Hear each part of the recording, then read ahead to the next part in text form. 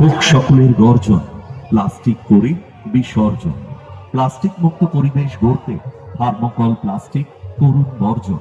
মাটির ভাঁড়, চটের ব্যাগ ব্যবহার করতে আমাদের পুজো কমিটির পক্ষ থেকে জানাই সকলকে আহ্বান। একটু একটু করে সামাজিক দায়িত্ব কর্তব্য পালন করে আমরা সবাই মিলে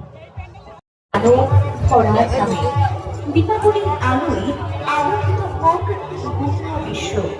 আমাদের পুজো কমিটির পক্ষ থেকে দীপাবলি উৎসবের আনন্দে একটাই বার্তা, আন্ধারের বুক চিরে আলোর করে অশুভ শক্তি বিনাশ করে সত্য শক্তি প্রতিষ্ঠায়